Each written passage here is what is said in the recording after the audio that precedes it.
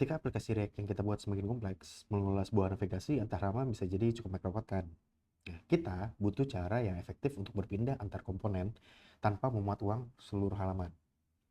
Di video kali ini, kita akan belajar bagaimana menggunakan React Router untuk membuat navigasi antar aplikasi React kita jadi lebih mudah dan efisien. Di sini, kita sudah punya aplikasinya.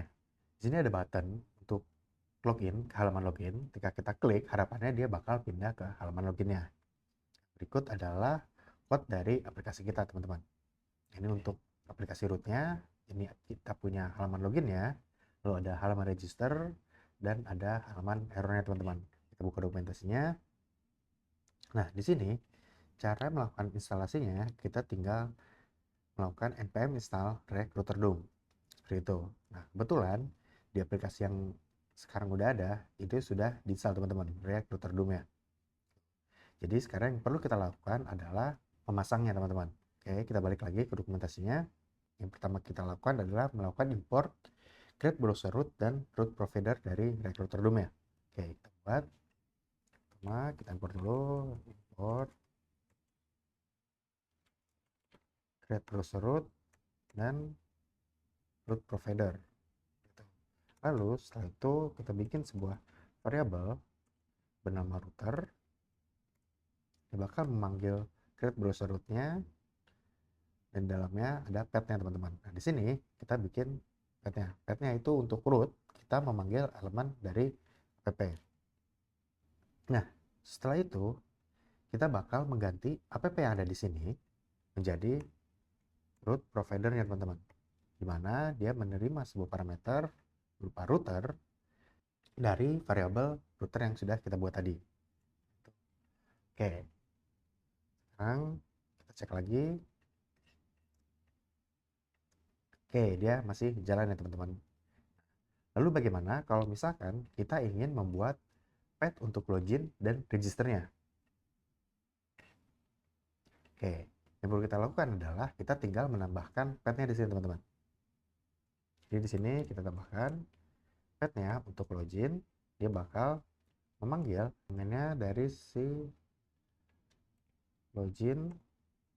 Berarti di sini perlu kita import login from root login.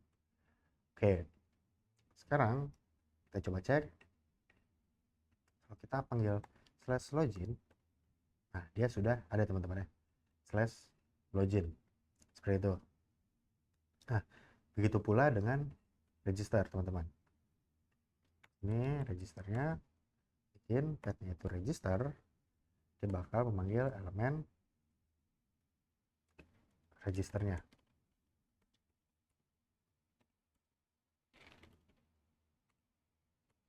Oke, jangan lupa di sini kita import register. Oke, sekarang kita coba untuk registernya apakah berhasil, ke slash register. Oke, sudah ada, teman-teman ya. Jadi dia sudah ada. Nah, oke. Lalu bagaimana jika ternyata user itu mengakses router secara sembarangan atau mengakses path-nya secara sembarangan, teman-teman? Misalkan di sini ketika dia harusnya ke slash register, dia memasukkannya ke slash sign-in. Sini nih. Nah, ini perlu kita handle, teman-teman. Jadi kalau sebelumnya yang di render itu adalah elemen default dari error yang dimiliki oleh React Router, nah kita ganti dengan elemen error yang sudah kita custom. Itu. Kita balik lagi ke sini, kita udah punya di sini ada errornya. Di sini kita balik ke index.js-nya, terus di sini kita bilang error elemennya itu adalah error. Gitu. Jadi kita import di sini, import error dari roots error. Begitu. Oke, kita cek. Nah, sehingga dia bakal tampilin error ya, teman-teman, halaman errornya.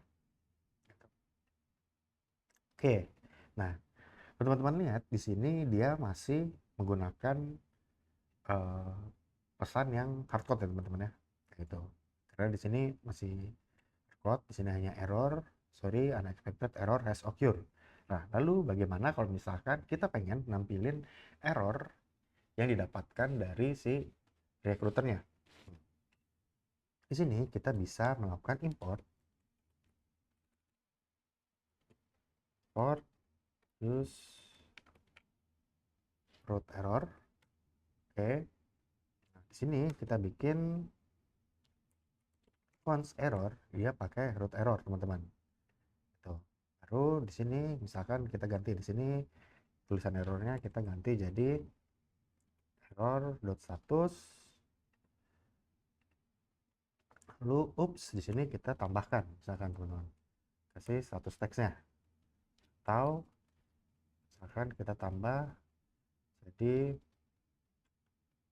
error message-nya kayak gitu. Jadi kalau misalkan dia nggak ada status teksnya, dia bakal menampilkan error message-nya gitu. Oke, kita cek lagi sekarang. Oke, sekarang dia udah balik ya, teman-teman. Dia udah nampilin status code-nya 404 dan pesannya adalah not found kayak gitu, teman-teman.